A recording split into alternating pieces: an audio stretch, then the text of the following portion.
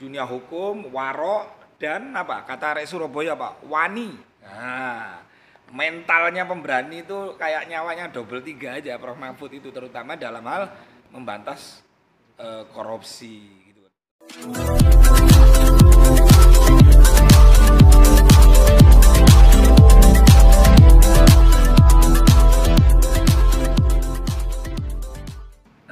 Kalau menurut Gus, siapa sih Gus capres dan cawapres yang kompeten gitu Gus? Menurut Gus pribadi. Siapa capres dan cawapres yang kompeten? Kompeten lo ya, Ya. 2024. Nah, sekarang kita bedah satu persatu ya, yaitu capres yang daftar pertama kali, yaitu pasangan Pak Anies dan Gus Muhaimin Iskandar, kan gitu. Nah, pasangan ini siapa Pak Anies, kan gitu. Pak Anies adalah Gubernur DKI Jakarta 1 periode dan pernah jadi Menteri Pendidikan waktu itu, terus diberhentikan sama Pak Jokowi. Diberhentikan karena apa? Ya enggak tahu saya, tanya aja sama Pak Anies. Lalu cawapresnya yaitu Gus Muhaimin Iskandar atau Gus Ami atau Caimin. Beliau juga pengalamannya di Menteri Tenaga Kerja pernah, menjadi Wakil Ketua DPR pernah, ya artinya di legislatif, eksekutif pernah, jadi Menteri Tenaga Kerja pernah, bahkan beliau kemarin kan dimintain keterangan ya di KPK sebagai saksi. Nah itulah pasangan Pak Anies dan Caimin. Nah, kemudian yang kedua adalah pasangan Pak Prabowo. Pak Prabowo Subianto ini sudah nyapres dan nyawapres 3 kali, ini 4 kalinya Pak Prabowo Subianto. Usia beliau sekarang 72. Kalau misalnya nanti sampai 5 tahun yang akan datang berarti 76 ya. 76 tahun usianya, bahkan 77 kan itu ya. Mudah-mudahan sehat panjang umur untuk Pak Prabowo. Nah, Pak Prabowo ini pengalamannya tidak pernah di legislatif. Beliau ini, Pak Prabowo ini pernah menjadi Pangkostrat, tapi waktu itu beliau diberhentikan oleh Mahkamah Militer atau Mahkamah Kehormatan Militer atau apa gitu ya. Nah diberhentikannya karena apa? Jangan ketik aja di Google, di YouTube banyak. Kemudian pengalamannya beliau adalah Menteri Pertahanan. Hasil win-win solution, akhirnya diangkat Pak Jokowi sebagai Menteri Pertahanan. Nah, kemarin juga dipercaya untuk program food estate yang gagal ya kalau nggak salah. Nggak tahu gagalnya kenapa, ya tanya aja sama Pak Prabowo. Terus gandengannya ini yang kemarin bikin heboh, bikin rewame, termasuk di MK sampai pamannya Pak Usman itu dipecat karena memutuskan sesuatu yang bermasalah, terutama berkaitan umur itu. Nah, pasangannya Pak Prabowo ini selisihnya jauh, usianya 36 tahun, namanya Gibran Raka Buming Raka, anaknya presiden, ya karena dia anaknya presiden aja bisa nyalon, kalau bukan anaknya presiden nggak akan mungkin bisa. Siapa partai-partai yang akan tunduk padanya kalau dia bukan anak presiden itu.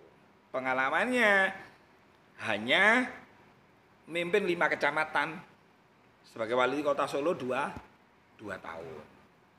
Nah sekarang kita beralih yang ketiga, yaitu pasangan Pak Ganjar atau Mas Ganjar dengan Prof Mahfud. Mas Ganjar ini beliau di legislatif menjadi anggota DPR RI 2 periode.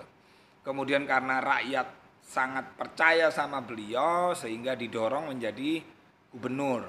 Jadi gubernur Jawa Tengah beliau 2 kali. Dan setelah kemarin melepas jabatan gubernur tidak ada cacat sama sekali. Tidak ada kasus-kasus yang tidak diselesaikan sama beliau, sama Pak Ganjar. Jadi pengalaman legislatif sama eksekutif ini wah wis luar biasa.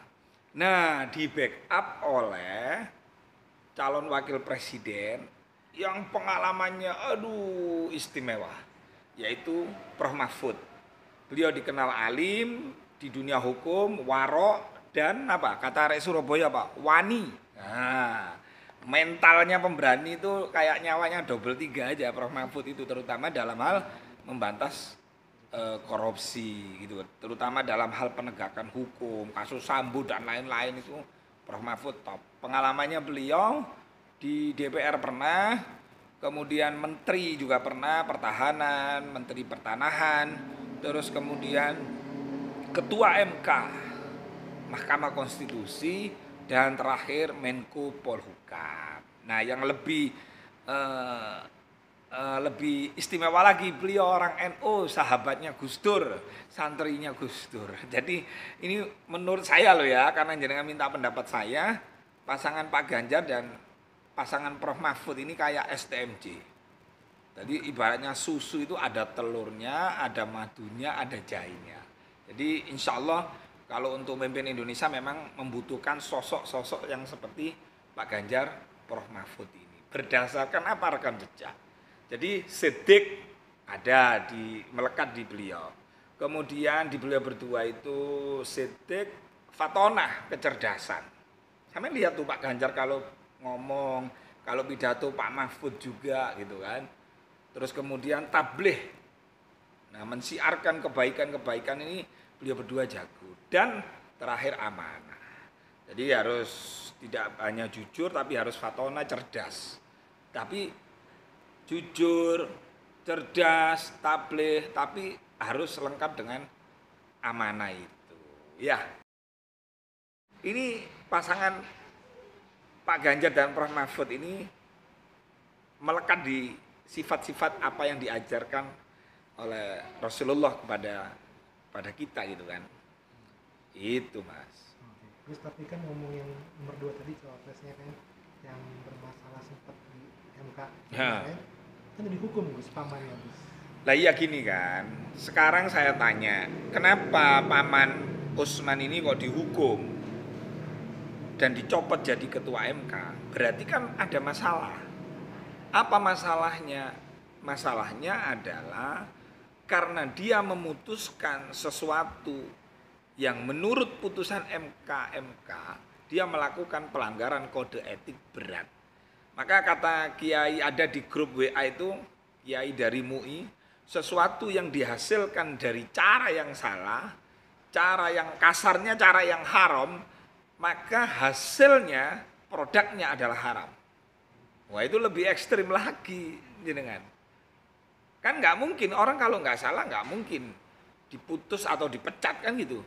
Nah dia memutuskan apa? Yaitu memutuskan batas usia tadi itu. Nah akhirnya kan digugat, dibentuk hakim MK yang baru. Nah nanti ini akan memutuskan. Tetapi kan yang kita sayangkan ini Pak Usman ini kok nggak malu gitu loh, dipecat, harusnya kan dia mengundurkan diri, tapi masih tetap jadi hakim. Tapi orang itu kan macam-macam ya. Kalau di Jepang itu kalau yang begitu-begitu sudah mengundurkan diri, sudah menjauhi daripada dibully terus-terusan itu tadi, gitu loh. Nah terus coba deh tanya anak-anak ini anak muda ini, apakah sosok siapa itu saudara Gibran ini walaupun usianya muda tapi mewakili anak muda, ya tanyakan saja sama anak-anak muda ini. Oke, gimana Mas? Menurut Mas sendiri, apakah Gibran itu mewakili pemilih muda ke depannya gitu? Kalau misalkan untuk saudara Mas Gibran sendiri, kalau misalkan kita bilang untuk mewakili seluruh pemuda, ya tentu saja tidak. Masyarakat sudah banyak yang tahu, pemuda juga sudah banyak yang tahu bahwa apa yang kemarin diputuskan oleh MK sehingga beliau bisa menjadi cawapresnya Bapak Prabowo itu adalah hasil dari pelanggaran kode etik berat, dan ini sangat disayangkan. Dan saya ingat seperti yang diucapkan oleh saudara David Nurbianto, seorang stand up komedian. Indonesia itu butuh pemimpin yang family man, bukannya man yang memanfaatkan family-nya. Nah, jadi ini adalah sebenarnya ini adalah suatu pekerjaan rumah untuk seluruh anak muda untuk memberikan edukasi kepada orang banyak.